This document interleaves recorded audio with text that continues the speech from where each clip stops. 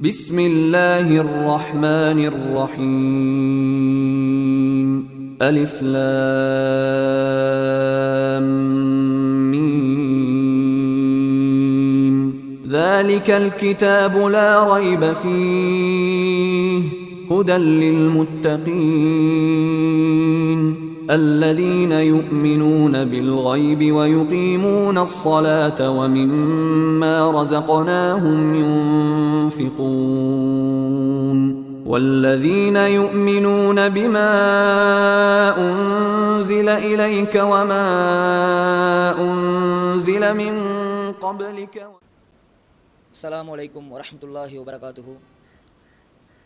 إن الحمد لله نحمده ونستعينه ونستغفره ونعوذ بالله من شرور أنفسنا ومن سيئات أعمالنا من يهدي الله فلا مضل له ومن يضلل فلا هادي له أشهد أن لا إله إلا الله وأشهد أن محمدا عبده ورسوله أما بعد فقد قال الله تعالى في القرآن الكريم بعد أعوذ بالله من الشيطان الرجيم بسم الله الرحمن الرحيم يا أيها الناس اتقوا ربكم الذي خلقكم من نفس واحدة وخلق منها زوجها وبث منهما رجالا كثيرا ونساء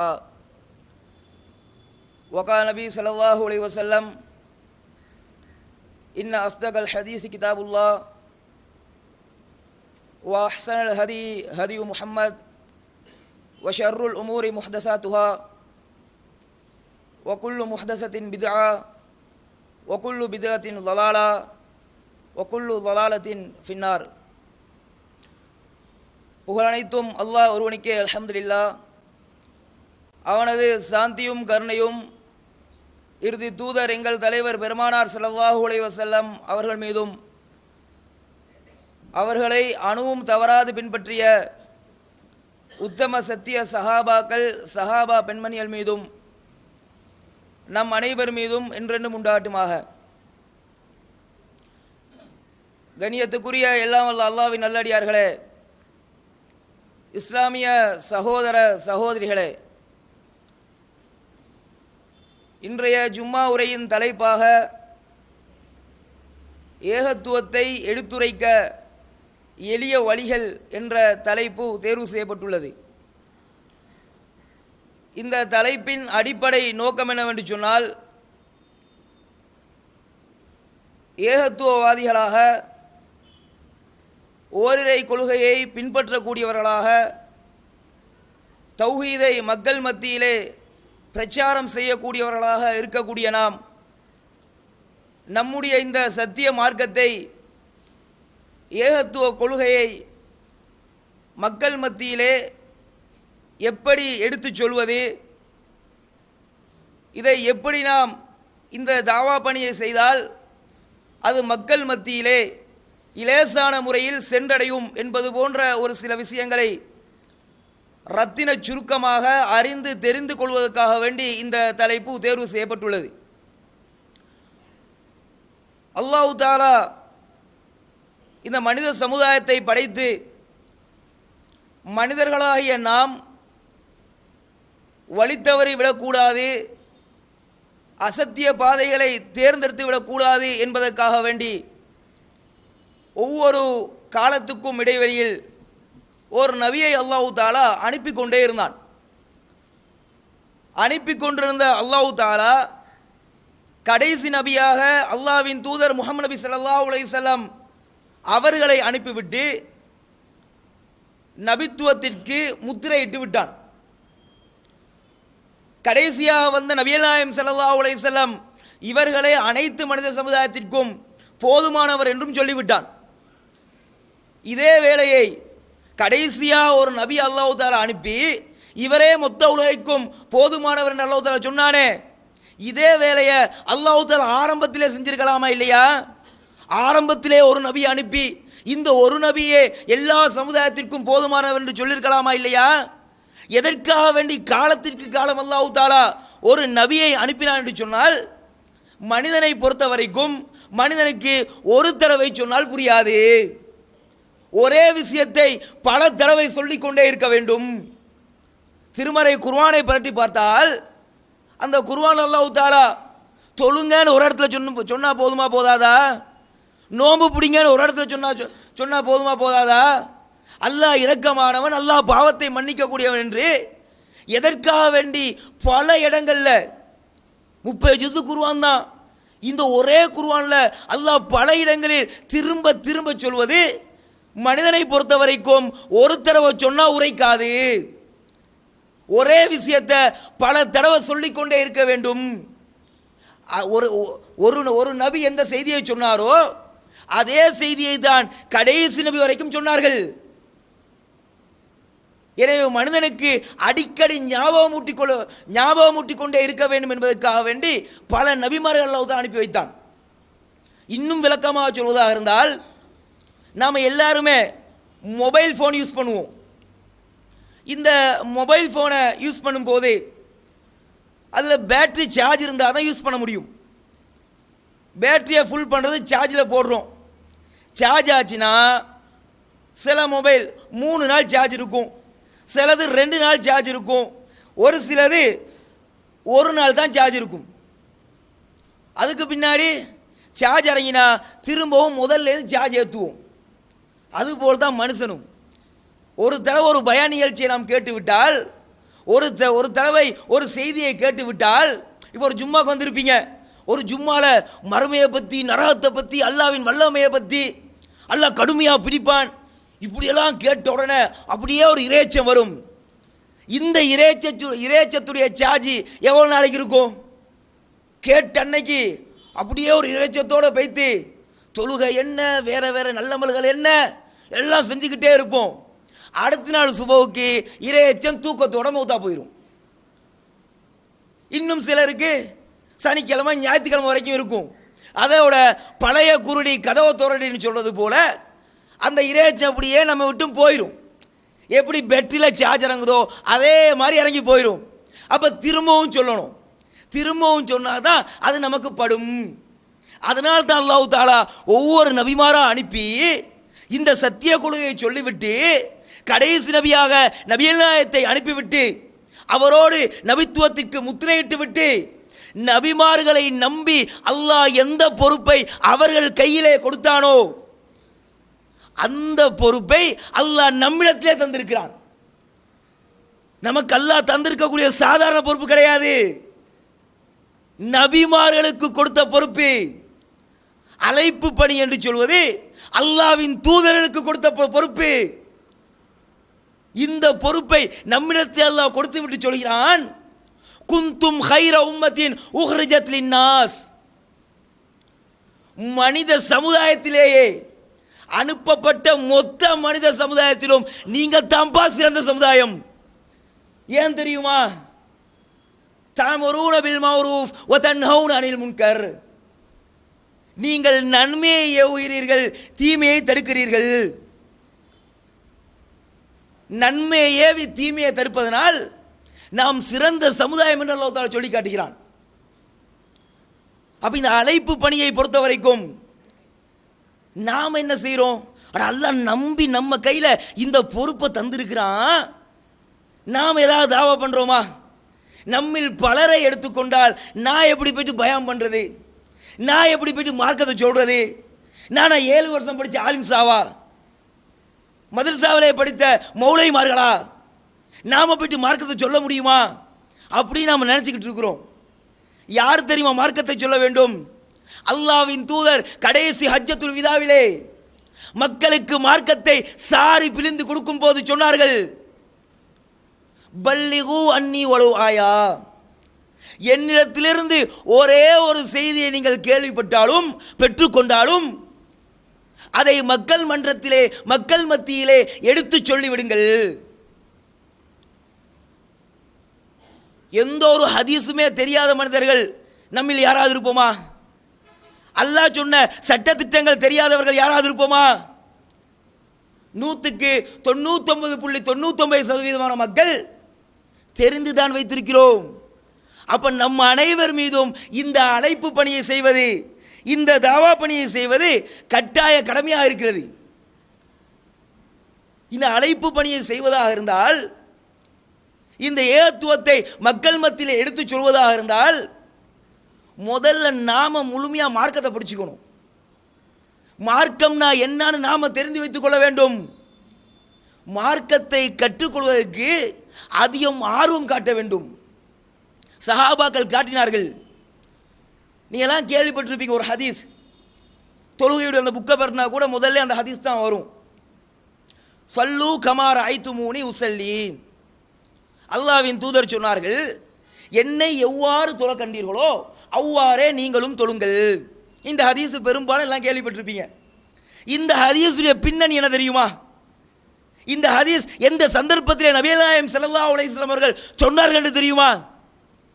சில இளைஞர்கள் வெளியூர்ல இருந்து நபிகள் நாயகம் ஸல்லல்லாஹு அலைஹி வஸல்லம் அவர்களை தேடி வந்து 20 நாட்கள் நபிகள் நாயகம் ஸல்லல்லாஹு அலைஹி வஸல்லம் அவர்களோடு இருந்து மார்க்கத்தை கற்றுக்கொள்கிறார்கள். 20 நாள் கழிச்சு பார்த்தா எல்லாரும் கொஞ்சம் வீட்டுக்கு போற மாதிரி ஒரு தேக்கம் விளங்குது முகத்தில். உடனே இதை ரசூல்லா புரிஞ்சுக்கிட்டு, என்னப்பா வீட்டுக்கு போறீங்களா எல்லாரும்? சரி பரவாயில்ல, எல்லாரும் போயிட்டு வாங்க. ஆனா தொழுகையுடைய நேரம் வந்து விட்டால் சல்லு கமாராய்த்து மூடி உசல்லி, என்னை எவ்வாறு தொழ கண்டீர்களோ அவ்வாறே நீங்களும் தொழுங்கள் என்று ரசூலுல்லாஹ் சொன்னாங்க. அப்போ யோசிச்சு பாருங்க பார்ப்போம். மார்க்கத்தை கற்றுக்கொள்வதற்கு 20 நாட்கள் தியாகம் செய்து ஆர்வமாக இளைஞர்கள் வந்து மார்க்கத்தை கற்றுக்கொள்கிறார்கள். ஆனா நம்மளை பொறுத்த வரைக்கும் ஒரு 20 நிமிஷம் பயான்ல உட்கார்ந்து பயான் கேட்க முடியல, ஒரு அரை மணி நேரம் பயான் கேட்க முடியல. வேற எந்த ஒரு ஃபங்க்ஷனாக இருந்தாலும், எத்தனை தொலை தூரமாக இருந்தாலும் தாண்டி செல்வோம். ஆனால் அந்த மார்க்கத்தை படித்துக் கொள்வதற்கு நம்மிடத்தில் சுத்தமாக ஆர்வமே இல்லாத ஒரு நிலையா இருக்கிறது. நல்லவேளை அல்லாஹ் தஆலா இந்த ஜும்மாவை கடமையாக்கி விட்டான். இல்லைன்னு வைங்கள, எப்படி வாராந்திர பயான்கள் ஒவ்வொரு இடங்களில் நடக்கிறதோ 5 பேர் 10 பேர் 15 பேர், இது போன்றுதான் ஜும்மாவுடைய நிலையம் இருந்திருக்கும். அல்லாஹ் ஜும்மாவை கடமையாக்கிட்டானே அப்படின்னு நினைச்சு எல்லா மக்களும் பள்ளியை நோக்கி விரைந்து வந்து கொண்டிருக்கிறார்கள். இதுதான் காரணம். நிறைய மக்களுக்கு இதுதான் ஆர்வம். இன்னும் சொல்ல போனால் அந்த சஹாபாக்கள் மார்க்கத்தை கற்றுக்கொள்வதில் எவ்வளவு தெரியுமா ஆர்வமாக இருந்தாங்க. நாம் ஒரு பயானுக்கு வாங்குங்க, ஒரு பயான் நிகழ்ச்சியை சேர்த்து ஏற்பாடு பண்ணுங்க, 4 பேரை சந்திச்சு பேசுவோமே அப்படின்னு கூப்பிட்டா கடையை முட்டு வர முடியுமா? அட ஒரு ஞாயிற்றுக்கிழமை வாரத்தில் ஒரு நாள் 1 மணி நேரம் பயானுக்கு வரத்துக்கு கடையை முட்டு வர முடியாது. வியாபாரம் பொருளாதாரம் இருக்கிறோமே. அந்த சஹாபாக்கள் நிலை என்ன தெரியுமா? சின்னை தோழர் என்று சில சஹாபாக்கள் இருந்தார்கள். அதிலே அபூ ஹுரைரா என்று சொல்லக்கூடிய நபி தோழர் அதிகமான ஹதீஸில் அறிவித்திருக்கிறார். இவர் சொல்றாரு, ஒரு தடவை பசி தாங்க முடியல, பசியின் காரணமாக என்னுடைய வயிற்றை தரையிலே தேய்த்து கொண்டிருந்தேன். அந்த அளவுக்கு என்னை பசி வாட்டி எடுத்தது. யார்கிட்டையும் வாயை திறந்து கேட்கவும் வைக்கும், பசியையும் பொறுத்து கொள்ள முடியாது. உழைக்க தெரியாமல் இல்லை, சம்பாதிக்க போ தெரியும். ஆனால் அந்த கெப்பில் நாங்கள் சம்பாதிக்க போயிட்டு ரசூல் ஏதாவது மார்க்க சட்டங்களை சொல்லிவிட்டால் அது எனக்கு தெரியாமல் போய்விடுமோ, மார்க்கத்தை முழுமையாக நான் அறிந்து கொள்ளாமல் போய்விடுவேனோ என்ற ஒரு ஆர்வத்தோடு பசியோடு படுத்து கிடக்கிறார்கள். ஒரு கட்டத்தில் பசி தாங்க முடியாம வெளியில வந்து தொழுதுட்டு வரக்கூடிய உமரை பார்க்கிறார். உமரை பார்த்து, எங்க பசியா இருக்குங்க, வீட்டுக்கு கூட்டிட்டு போங்க இப்படின்னு சொல்லவும் முடியாது. உடனே உமர் ரலியல்லாஹு பார்த்து சூசகமா, உமரே இந்த குர்ஆன் வசனத்துக்கு உங்களுக்கு விளக்கம் தெரியுமா? விளக்கம் கேட்கறது மெயின் நோக்கம் கிடையாது. என்னப்பா சாப்பிட்டியா, வாப்பா வீட்டுக்கு போ அப்படின்னு கூட்டி போவார் நினச்சி கேட்குறாரு. இந்த குர்ஆன் வசனத்துக்கு உங்களுக்கு விளக்கம் தெரியுமா? ஆமாம் தெரியுமே, இதுதானே விளக்கம் அப்படின்னு விளக்கத்தை சொல்லிட்டு அவர் போயிட்டாரு போகிறதுக்கு. சரி, அடுத்தது அபூபக்கர் ரலியல்லாஹு அன்ஹு அவர்கள் வருகிறார்கள். அபூபக்கரே இந்த வசனத்துக்கு உங்களுக்கு விளக்கம் தெரியுமா? ஆமாம் தெரியுமே, இதுதான் விளக்கம் அப்படின்னு அவரும் விளக்கத்தை சொல்லிட்டு போயிட்டார். இவருக்கு பசி பொறுக்க முடியல. அடுத்தது அல்லாஹ்வின் தூதர் வருகிறார்கள். வரும்போது அல்லாஹ்வின் தூதரே, இந்த வசனத்துக்கு உங்களுக்கு விளக்கம் தெரியுமா? எனக்கு விளக்கம் சொல்லித்தாங்களே. ரசூல் ஸல்லல்லாஹு அலைஹி வஸல்லம் அவர்கள் விளக்கம் சொல்லவில்லை. ஒட்டிய வயிறையும் உள்ளே சென்றிருக்கக்கூடிய கன்னங்களையும் பார்க்கிறார்கள். பார்த்துவிட்டு, வாரும் அபூ ஹுரைராவே என்னுடைய வீட்டுக்கு அப்படின்னு நபிகள் நாயகம் ஸல்லல்லாஹு அலைஹி வஸல்லம் அவர்கள் நாட்டின் ஜனாதிபதி வீட்டுக்கு கூட்டிட்டு போறாங்க. வீட்டுக்கு எந்த நோக்கத்தில் கூட்டிட்டு போறாங்க? நாட்டின் ஜனாதிபதினா பொருளாதாரம் கொட்டி கிடக்குமா? அங்க போனா அவங்களுக்கும் சாப்பிட்றதுக்கு ஒண்ணுமே இல்லை. வீட்டுக்கு போயிட்டு பார்க்குறாங்க, ஒரு டம்ளர் பால் இருக்கு, ஒரு முட்டிக்கு பால் இருக்கு. அதுவும் யாரோ ஒருத்தர் கொடுத்து அனுப்பினது. அந்த பாலை நபிகள் நாயகம் ஸல்லல்லாஹு அலைஹி வஸல்லம் அவர்கள் அபூ ஹுரைரா ரலியல்லாஹு அன்ஹு அவர்களுக்கு கொடுப்பதற்கு முன்னால் சொல்கிறார்கள், உங்களை போல இன்னும் எவ்வளவு பேர் அந்த திண்ணை தோழர் இருக்கிறார்கள், அவர்களையும் கூட்டி வாருங்கள். இவர் பார்க்குறாரு, இருக்கிறதே ஒரு முட்டி பால் தான், இதில் எல்லாத்தையும் கூட்டிட்டு வந்தா ஒவ்வொரு டாட்டா குடிக்கிறது வயிறா நிறையும். சரி, ரசூலா கூட்டி வர சொல்லிட்டாங்க. போயிட்டு கூட்டிட்டு வர்றாரு. கூட்டிட்டு வந்த ரசூல் எல்லாத்துக்கும் பங்கு வச்சு கொடுங்க அப்படின்றாங்க. இவரும் பங்கு வச்சு கொடுக்குறாரு. எல்லாரும் குடித்து முடிந்ததுக்கு பின்னால் ரசூலா சொல்றாங்க, இப்போது நீங்கள் பருகுங்கள், நீங்கள் அருந்துங்கள். இவர் குடிக்கிறாரு. குடிச்சிட்டு அல்லாஹ்வின் தூதரை போதும்ன்றாரு. ஃபஷ்ரப், இன்னும் அருந்துங்கள். இன்னும் மருந்துகிறார், இன்னும் மருந்துங்கள், இன்னும் மருந்துகிறார். ரசூலா குடிக்க சொல்லிக்கிட்டே இருக்காங்க. இவர் ஒரு கட்டத்திலே சொல்கிறார், அல்லாஹ்வின் தூதரே, இதற்கு மேலால் என்னால் குடிக்க முடியாது, வயிற்றில் இடமே கிடையாது. இது எதுக்காக சொல்றேன்னா, மார்க்கத்தை கற்றுக்கொள்வதற்காக வேண்டி சஹாபாக்கள் இந்த அளவுக்கு ஆர்வமாக இருந்தார்கள். அந்த அளவுக்கு நம்மிடத்தில் ஆர்வம் இல்லாவிட்டாலும் குறைந்தது மொபைலை வச்சு ஃபேஸ்புக், ட்விட்டர், வாட்ஸ்அப்னு நோண்டிக்கிட்டு இருக்கிறதுக்கு பதிலாக 2 குர்ஆன் வசனத்தை எடுத்து படித்து அதை நாம் தெரிஞ்சுக்கிறோமா? யோசிச்சு பாருங்க, பார்ப்போம். நம்முடைய ஆர்வம் எந்த அளவுக்கு இருக்கிறது மார்க்கத்தை கற்றுக்கொள்வதிலே? நாம் சரியான முறையில் மார்க்கத்தை கற்றுக்கொண்டால்தான் இன்னைக்கு நிறைய மக்கள் மூளை சலவை செய்யப்பட்டு மார்க்கம் என்றால் என்னவென்றே தெரியாமல் வழிகேட்டிலே வழித்தவறி சென்று கொண்டிருக்கிறார்கள். அப்படியாப்பட்ட சமுதாயத்துக்கும் போய் நாம் மார்க்கத்தை சொல்லலாம். இன்னைக்கு நம்மளை எதிர்க்கிறாங்கல்ல, நம்மை எதிர்க்கக்கூடியவர்களில் பெரும்பான்மையான மக்கள் தெரிந்து கொண்டே எதிர்க்கிறார்களா? நிறைய பேர் அறியாமல் தான் எதிர்க்கிறார்கள்.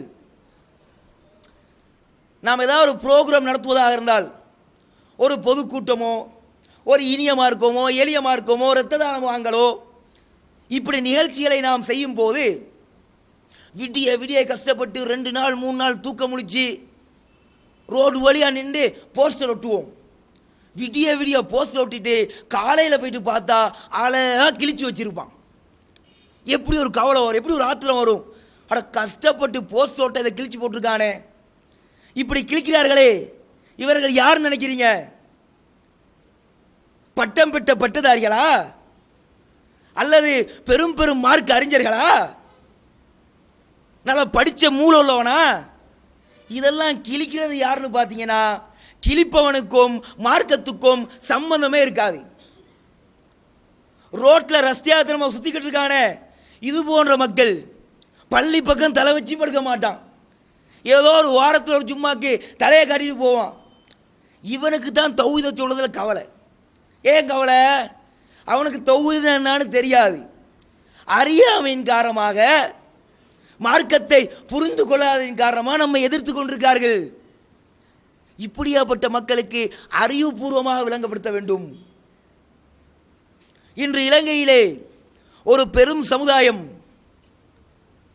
மொத்தமாக மூல செலவு செய்யப்பட்டு அப்படியே ஷிர்க்கு பிதத்தினை வழிகேட்டை நோக்கி இழுத்து கொண்டு சென்று கொண்டிருக்கார்கள்.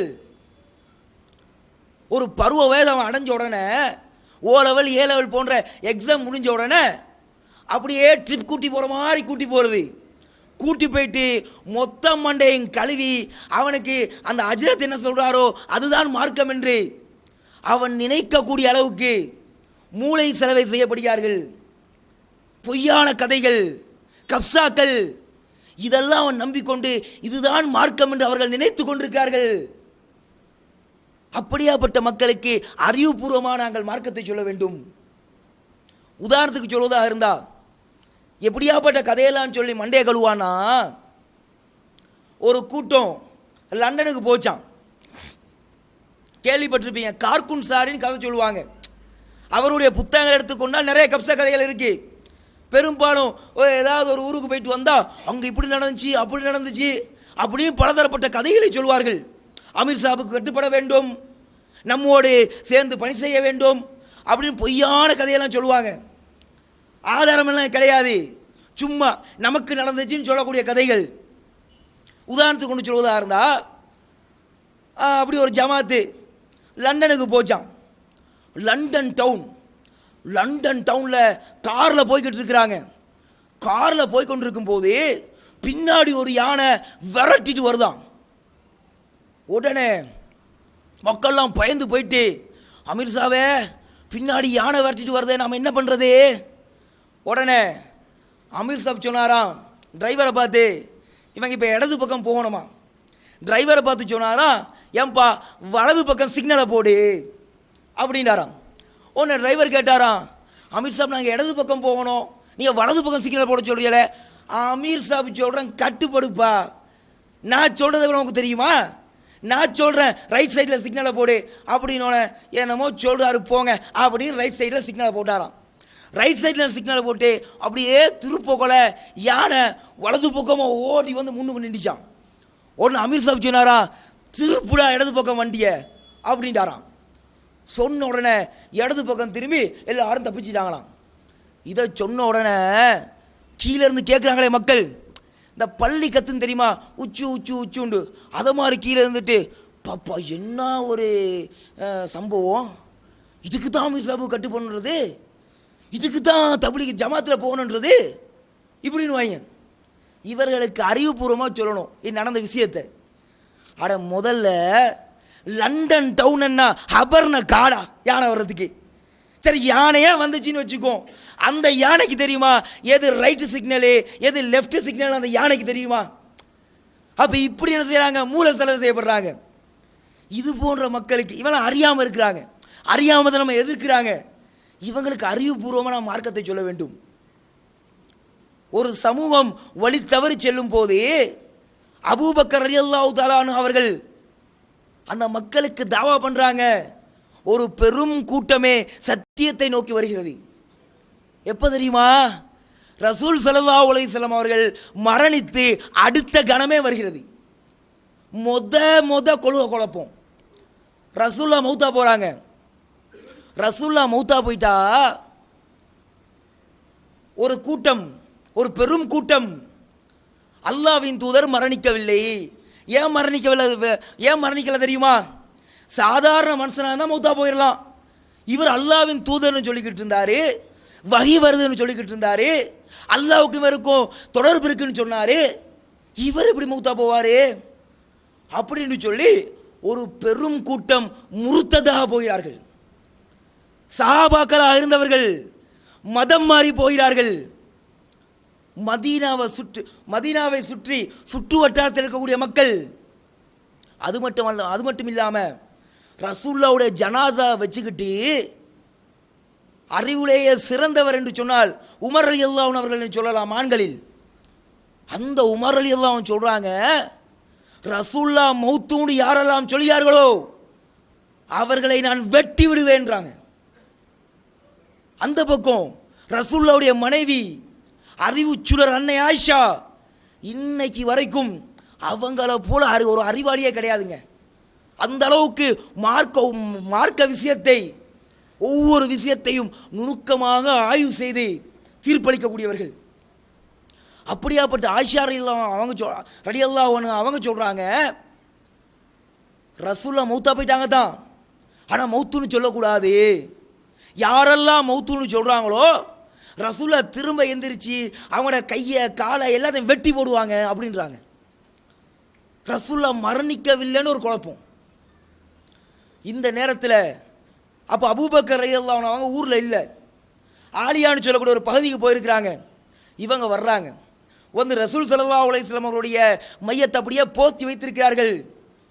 போர்வையை அகற்றி அல்லாஹ்வின் தூதருடைய நெற்றியிலே முத்தமிட்டு விட்டு சொல்கிறார்கள், திபுத்த ஹய்யவும் வமையிதா, அல்லாஹ்வின் தூதரே நீங்கள் உயிரோடு இருக்கும் போதும் நறுமணம் கமழ்ந்தீர்கள், மரணித்த பிறகும் வாசம் வீசுகிறீர்கள்.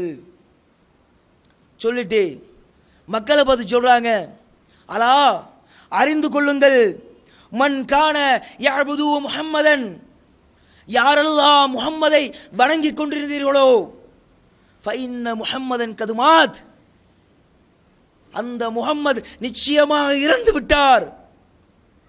ஒமன் கான யஅபுதுல்லாஹ், யாரெல்லாம் அல்லாஹ்வை வணங்கி கொண்டிருந்தீர்களோ, ஃபைன்னல்லாஹ ஹய்யுன் லா யமூத், அல்லாஹ் உயிரோடு இருப்பவன், அவன் மரணிக்கவே மாட்டான். இன்ன கமையுத்தூன் வைன்னஹும் மையுத்தூன், நபியே நீங்களும் மரணிக்கக்கூடியவர் தான், அவர்களும் இந்த மக்களும் மரணிக்கக்கூடியவர்கள் தான் என்று சொன்ன உடனே ரசூலுல்லாஹ் மௌத்தா போலன்னு சொல்லிக்கிட்டு இருந்தாங்களே மக்கள், எல்லா மக்களும் உடனே படுது.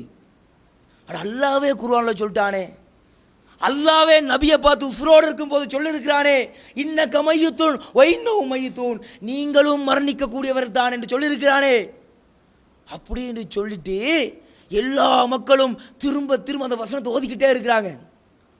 அவ்வளோ கோவப்பட்ட உமர் ரலியல்லாஹு அன்ஹு அவங்க சொல்றாங்க, இந்த வசனத்தெல்லாம் கேள்விப்பட்ட உடனே, கேட்ட உடனே என்னுடைய உடலை என்னுடைய கால் சுமக்க மறுத்து விட்டது. ஒரு பயத்தால் கால்லாம் நடுக்கும் தெரியுமா, அதை மாதிரி நான் ஆயிட்டேன். ஒரு மாதிரியா மதீனாவில் இருக்கக்கூடிய மக்கள், சஹாபாக்கள் இதெல்லாம் புரிஞ்சுக்கிட்டு உடனே விளங்கி புரிஞ்சு ஒரு சுதாரிச்சு ஒரு நிலைமைக்கு வந்துட்டாங்க. ஆனால் மதீனாவை சுற்றுப்புறத்தில் இருக்கக்கூடிய 5000க்கும் மேற்பட்ட முஸ்லிமாக இருந்த சஹாபாக்கள் முர்த்ததா போகிறாங்க, மதம் மாறி போகிறாங்க. ரசூலுல்லாஹ் பார்த்து பார்த்து வளர்த்த சமூகம், ரசூல் ஸல்லல்லாஹு அலைஹி வஸல்லம் அவர்கள் இருக்கும் போது இந்த இஸ்லாமிய மார்க்கத்தை பின்பற்றிய சமூகம் வழி தவறி போனாங்களே. காரணம் என்ன? ஷைத்தான் குழப்பிக்கிட்டே இருப்பான்.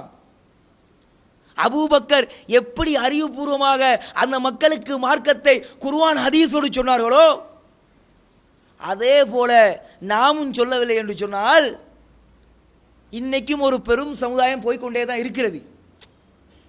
மார்க்கத்தை சரியா புரிஞ்சிருந்தா யாராவது சோபித்த செத்தத்துக்கு கத்தம் ஃபாத்தியா ஓதுவது போல ஸலவாத் ஓதுவார்களா? பெரும் பெரும் முஃப்திமார்கள், பெரும் பெரும் தகைகள் என்று சொல்லிக் கொண்டிருந்தவர்கள் யாரோ ஒரு ஆமுதூர் செத்தாரே அப்படின்னு ஸலவாத் ஓதுறான். அப்ப யோசிச்சு பாருங்க பாப்போம், இந்த அளவுக்கு வழி தவறி ஒரு சமுதாயம் போய்கொண்டிருக்கிறது. இப்படியாப்பட்டவர்கள் நாம் மார்க்கத்தை சொல்ல வேண்டும், அழகான முறையில் எடுத்து சொல்ல வேண்டும். அவர்களை வழிகேட்டிலிருந்து நாளை மறுமையிலே நரகத்துக்கு அவர்கள் நுழைவதை விட்டோம் அவர்களை காப்பாற்ற வேண்டும் என்று சொன்னால் அவர்களுக்கு நாம் இந்த மார்க்கத்தை சரியான முறையிலே கொண்டு போய் சேர்த்தால் தான் முடியும். ஹிதாயத்தை கொடுப்பவன் அல்லாஹ். ஆனால் இந்த தாவா பணியை நாம் கண்டிப்பாக கட்டாயமாக செய்ய வேண்டும். அது மட்டுமல்லாமல் இந்த அழைப்பு பணியை நாம் செய்யும் போது, இந்த தாவா பணியை நாம் செய்யும் போது தௌஹீத்வாதிகளாக இருக்கக்கூடிய நாம் நம்முடைய நற்குணங்களை, நட்பண்புகளை மக்கள் மத்தியில் அப்படியே வெளிச்சமாக காட்டணும். எந்த ஒரு தருணமாக இருந்தாலும் சரி, நாம் மக்களோடு பழகக்கூடிய விதத்தில் இருந்தாலும் சரி, நாம் செய்யக்கூடிய வியாபாரங்களாக இருந்தாலும் சரி, அந்த மக்கள் தௌஹீத்வாதினா ஏமாற்ற மாட்டான், தௌஹீத்வாதினா பொய் சொல்ல மாட்டான் அப்படின்னு ஒரு எண்ணம் மற்ற மக்களுக்கு நம் மீது வர வேண்டும். அப்படி வந்தால் நாம் சொல்லக்கூடிய கொள்கை அவர்களிடத்திலே லேசான முறையில் போய் சேரும். இன்னைக்கு மற்ற மக்கள் கூட, மற்ற ஜமாத்தில் இருக்கக்கூடியவர்கள் கூட தௌஹீத் ஜமாத்காரன் எப்படி நம்ம பார்க்குறான், ஒரு மலக்கு போல பார்த்துக்கிட்டு இருக்கிறான். தௌஹீத்வாதினாக்க எந்த ஒரு தவறும் செஞ்சிடக்கூடாது. உதாரணத்துக்கு சொல்றதா இருந்தா, ரோட்டில் நின்று நல்லா தொப்பியை போட்டு நல்லா பெரிய தாடி வச்சு ஜுப்பாவை போட்டு ஒருத்தர் சிகரெட் அடிச்சுக்கிட்டு இருக்காருன்னு வைங்க, எவனுமே பெருசாக கண்டுக்க மாட்டான். போடுறான் சிகரெட் அடிக்கிறான் அப்படின்னு மேலே போட்டு பேச மாட்டான். ஆனால் இதே ஒரு தௌஹீத்வாதி அதே தவறை செய்தால் என்ன தெரியுமா செய்வானுங்க? ஜமாக்காரனை பாரு, தௌப்பாட்டியை பாரு, ரோட்டில் நின்று சிகரெட் அடிக்கிறான் அப்படின்னு ஃபோட்டோ பிடிச்சி ஃபேஸ்புக்கில் போட்டு ட்விட்டரில் போட்டு அசிங்கப்படுத்தி மானத்தையே வாங்கி விடுவார்கள். என்ன காரணம்? தௌஹீத் ஜமாத்காரனா கரெக்டாக இருப்பான்னு மக்களிடத்திலே ஒரு நல்ல எண்ணம் வந்திருக்கிறது. அதை நாம் தக்க வைத்துக் கொள்ள வேண்டும்.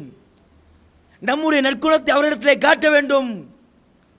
நற்குணத்தை பார்த்தே சில சஹாபாக்கள் இஸ்லாத்துக்குள்ள வந்தாங்க.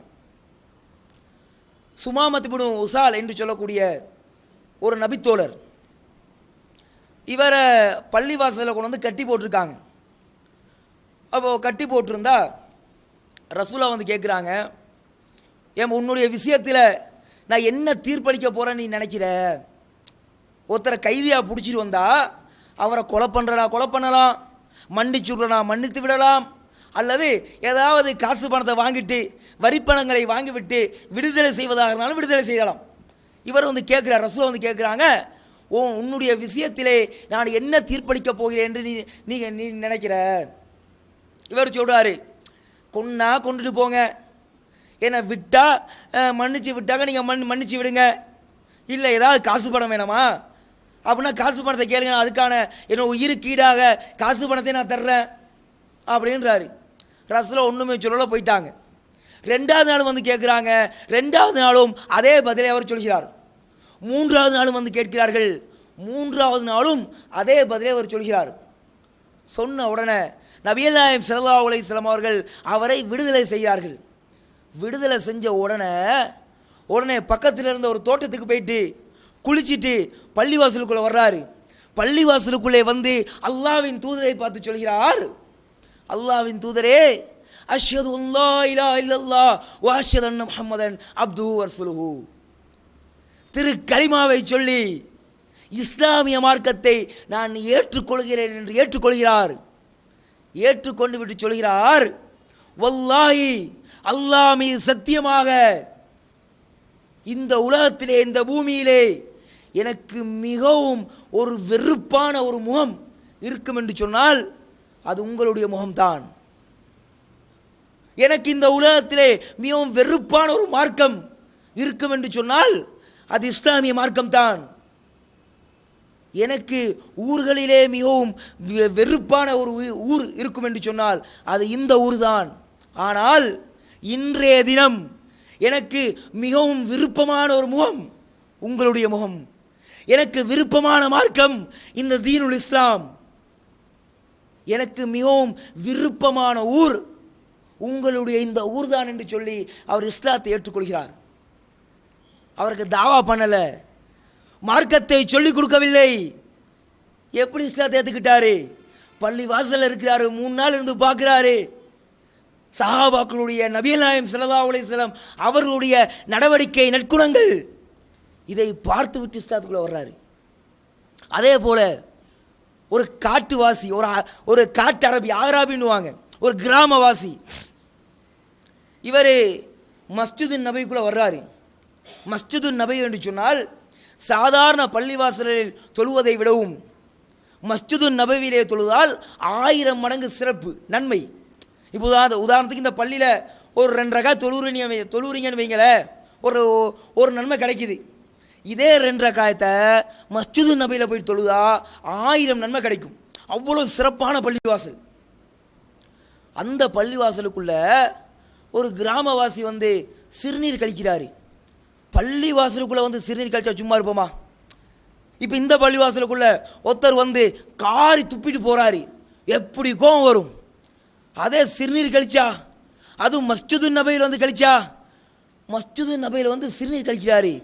இதை பார்த்த சஹாபாக்கள் கோவத்தோடு எழும்பி நிப்பாட்டுன்னு கத்திட்டு வர்றாங்க. உடனே ரசூல்லா அந்த சஹாபாக்களை நிறுத்தி விட்டு அவருடைய முழுமையான வேலையை முடித்து விடட்டும், முழுமையாக சிறுநீர் கழிக்கட்டும் அப்படின்னு விட சொல்கிறாங்க.